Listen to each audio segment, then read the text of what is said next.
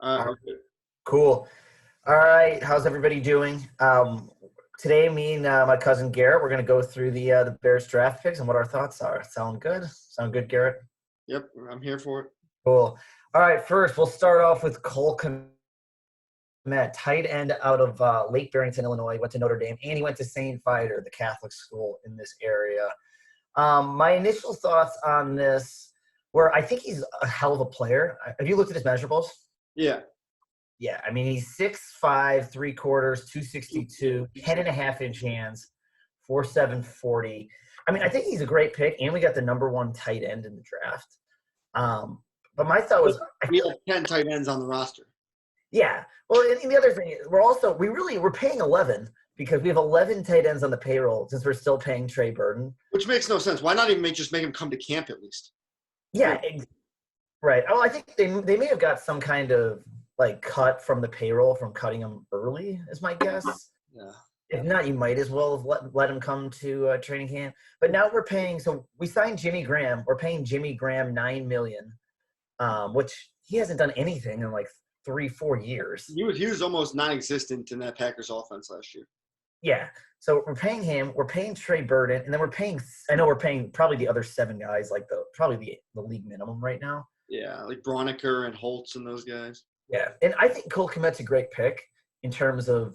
But why sign Jimmy Graham beforehand if we were gonna? It almost feels like Mike Glennon and Mitch Trubisky all over again. Like he went out and got an expensive guy to make people think he wasn't going to draft that position.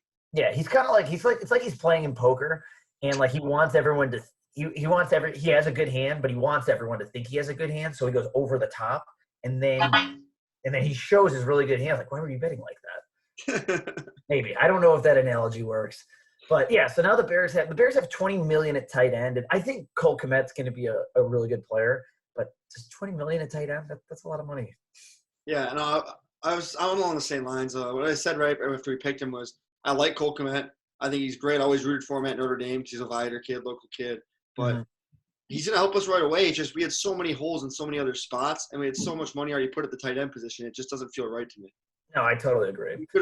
I would have loved one of those 2 safeties, either Delpit or Winfield, who went right after we picked. Yeah, I know. I mean, Winfield was like a unanimous first-team All-American. I mean, he basically was that. He was the key of that whole Minnesota defense that went 11-2 or 12-2 or whatever they were. And Delpit wore number 7 at LSU, so we know he's good. Yeah, that's just the thing. What number did Jamarcus Russell wear? Was it 7? I'm not sure, but like on LSU's defense, they hand down 7 to their best player every year. Right, gotcha. So I bet Jamarcus Russell probably did wear it. Yeah, which the last time LSU had a first overall pick. This year was Joe Burrow. Ooh. Last time Jamarcus Russell. Yeah, I'm not a connect the dot guy.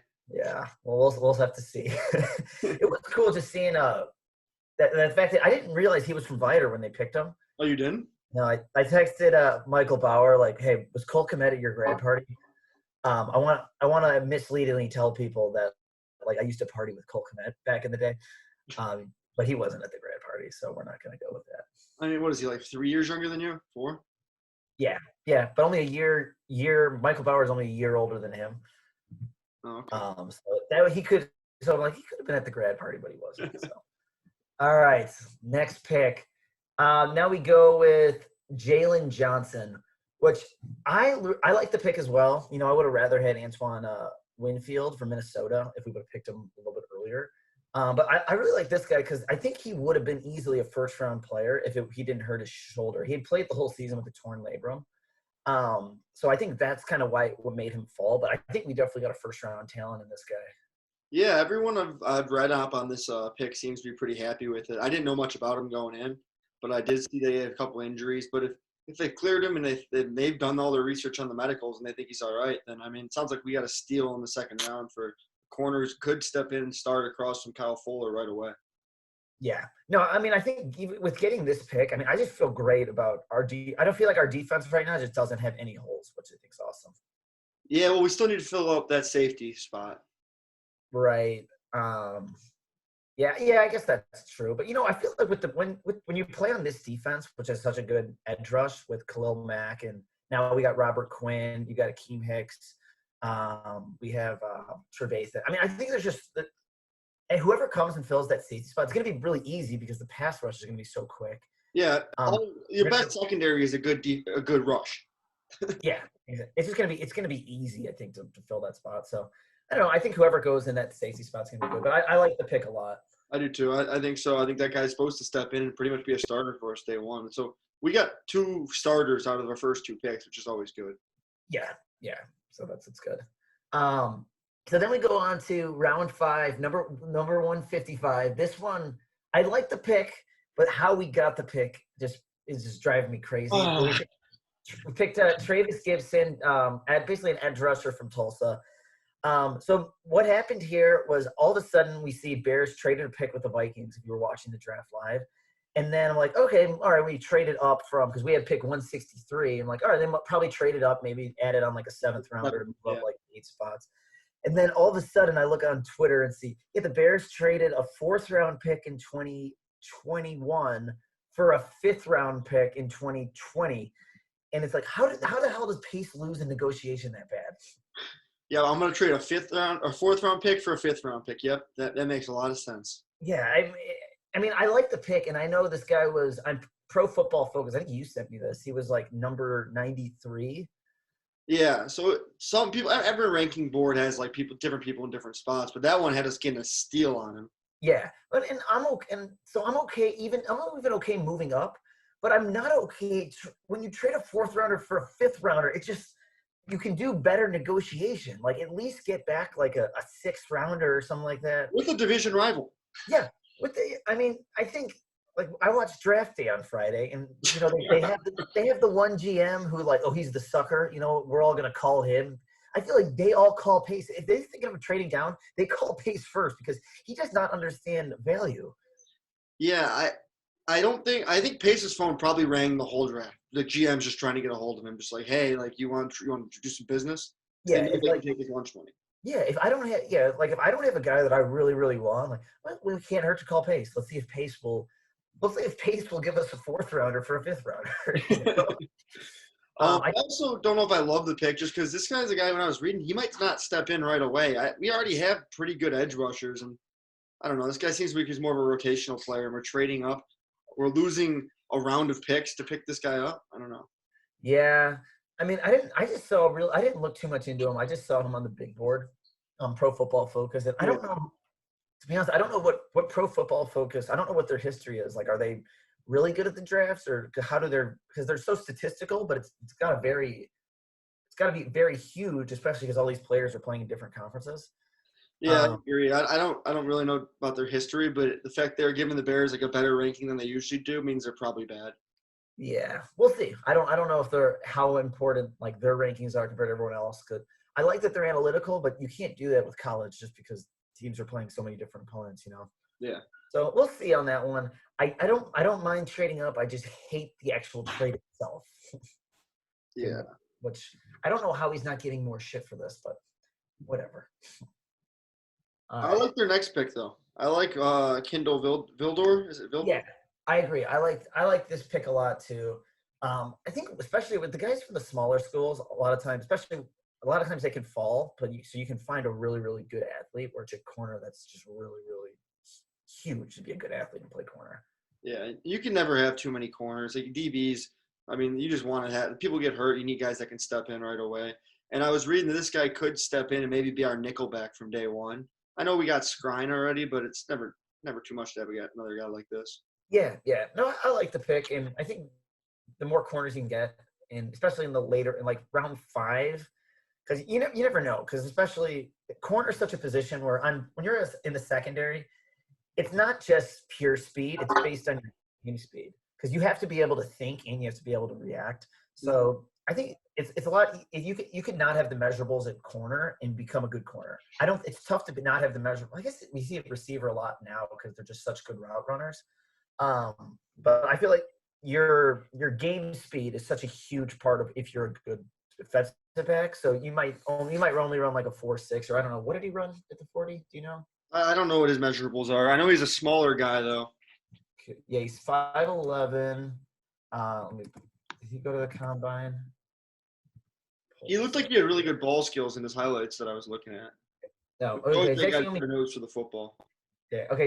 He's only 5'10", 9 and 5/8 hands, so that's decent sized hands. That's 4.28 and 20. 4.44 though, so I think I think probably slipped because he was a small school and he's small.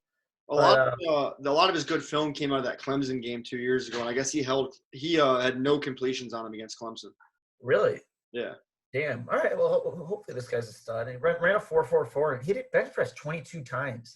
That's pretty impressive with a 39.5. And this guy's athletic. Yeah, so I mean, I like this pick. I mean, that's a good in a round like this. It's a good spot to get a guy like this. Yeah, I agree. I like the pick a lot.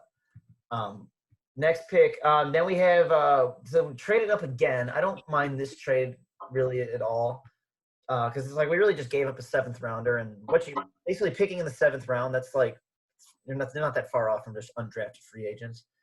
But we picked Darnell Mooney. Another small receiver, but really, really fast. And what impressed me about this guy, I watched this highlight film from college. He reacts to the ball. When the ball is in the air, he reacts so well, which I think can really translate at any level. I know I sent you that video, and he's playing against the AAC, whatever. They're playing against those kind of defenses. But it still doesn't matter. When the ball's in the air on deep routes, he adjusts to it really, really well.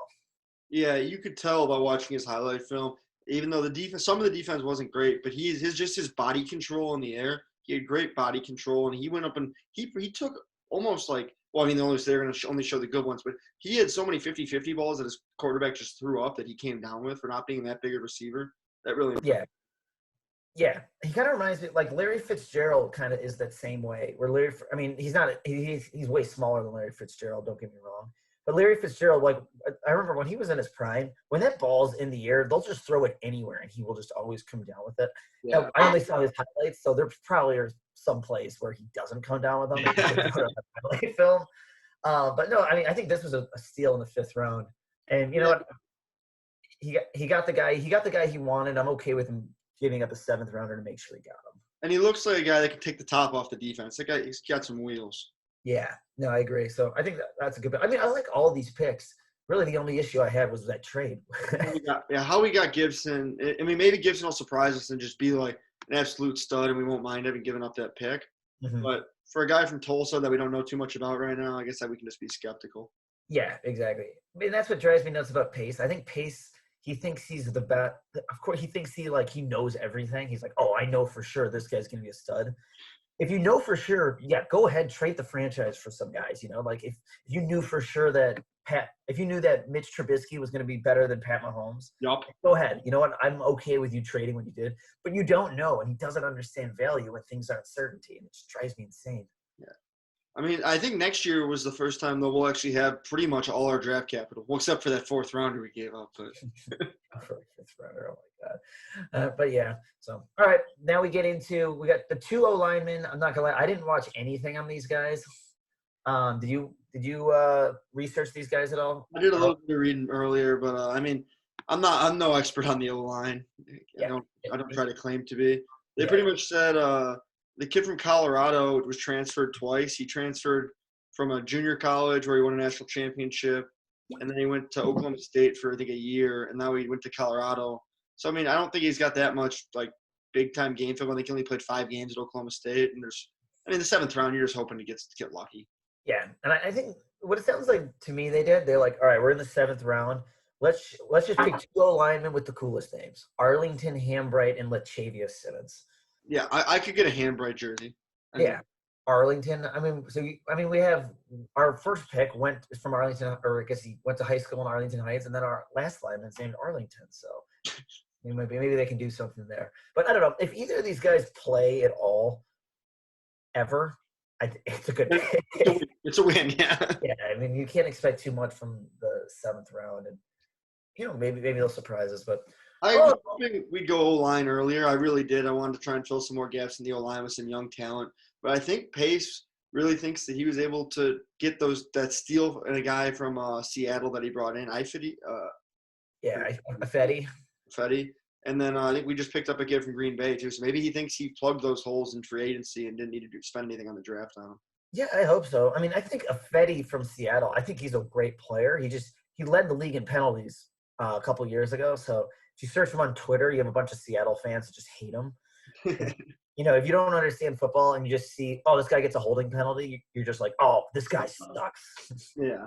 And you forget that he does good. But if he keeps down penalties, but I'm just nervous we're gonna get to like week 2 and we're like, God damn, he's already at 3 penalties this year. Yeah, no, we're gonna get frustrated quick if that's the case. Yeah. Pace was saying today, though, he said one of the reasons that he didn't address the offensive line as much was because people don't understand how good of an O-line coach we just brought in, apparently. He said he thinks the scheming is going to really change it, which, I mean, he's probably just trying to save his ass, but giving me some sort of optimism. Yeah, I saw Olin Kreutz responded to that report with just like a meme of someone laughing because I think he's like, all right, that's the stupidest comment. He's like, wait, are you going to bring in any talent? No, I'm a great coach. I hired a great coach, the greatest coach. Yeah. Pull out the Trump. But yeah, no, I liked all the picks. I think as a whole, I mean, we're paying a lot of tight end, but I'm just worried about the line. It's all if the line can play well. Because I think when you give Nick Foles talent around him, he can be great. He do. Was that you counting out Mitch? I mean, yeah, it is. It is. I mean, I hope I'm wrong, but every time I look at Mitch's Instagram story, he's not watching film. So I don't know how he can. Wait, but one thing I didn't mind when I was going to get a tight end like Cole Kmet is that one game that Mitch played great in was the Dallas game. It was the first time we really got the tight ends involved. So I'm thinking maybe Mitch just needs a tight end. Maybe. I mean, I hope it's a good competition. I hope someone just doesn't easily run away with the job. Well, if they do, I hope they end up being awesome. Yeah. No, I mean, I initially wasn't that high on Foles, but then I kind of looked back and first he's had some amazingly good years and he's had some amazingly bad years. And I think that just comes to, is there talent around them? And I think this Bears team will have a lot more talent than the Jaguars team he played on last year. Was he with the Chiefs when he had that crazy run of touchdowns and like no interceptions? No, it was Eagles. It was Eagles? 2013 when he had 27 touchdowns and 2 picks. He had it was Andy Reid, right? Andy Reid was the – No, Chip Kelly. Oh, shit. He was a Chip? I think so. I'd have to double check. Right. But, yeah, because he won the job. Michael Vick got hurt, I want to say. So then he took the job, and then he put through like 6 touchdowns or something. It was weird. And then eventually he got benched. And I don't even remember who he got benched for. And then he went to the Rams, was a backup. And then, yeah, he's just had the weirdest career ever. Yeah. And then he wins a Super Bowl with Philly. Yeah. And then big contract with Jacksonville, sucks in Jacksonville, and then gets traded to the Bears. But yeah, I think there are a lot of issues in Jacksonville. It's hard to put it on just one guy. Yeah, exactly. And I think with Foles, I mean, the Jacksonville did trade away like their whole team. It felt like. Yeah, the things are never good in Jacksonville. Mm-hmm. Even that one guy that he keeps like tweeting at the owners and then he wants out and they won't trade him. Right, and they were talking about this on Pardon My Take. It was like, yeah, what they don't understand is, hey, buddy, if you keep going crazy on Twitter, we're not going to be able to trade you because you're going to have no value. So if you actually want out, just come to me and then we'll make something happen. Yeah, it doesn't make any sense. Yeah, you don't want to pull the Antonio Brown where he got traded for a 3rd rounder, which in hindsight, I guess was a good deal, but. Freaking, is he going to get a job this year, you think? I don't know. He's just crazy. He'll like go on Twitter and he'll apologize, like, "Oh, I apologize for the way I acted," and then the next day he's just ripping people on Twitter. Yeah, he's a little. I'm not sure I'd want to give that guy any sort of contract. Yeah, be interesting. Funny if he went to Tampa. Just had Brady, Gronk, Antonio Brown, Godwin, Evans. Yeah. As now OJ Howard, all in Tampa. Yeah, no, that'd be great. Arians already said no, though. Yeah, I wouldn't touch that. Yeah. Cool. All right. Well, this was fun. I'm glad we did this. All right. I hope you guys enjoyed our breakdowns. Yeah. Feel free to leave your any comments you have or any disagreements. Just put in the comments section. All right. Talk to you later, Garrett. See ya.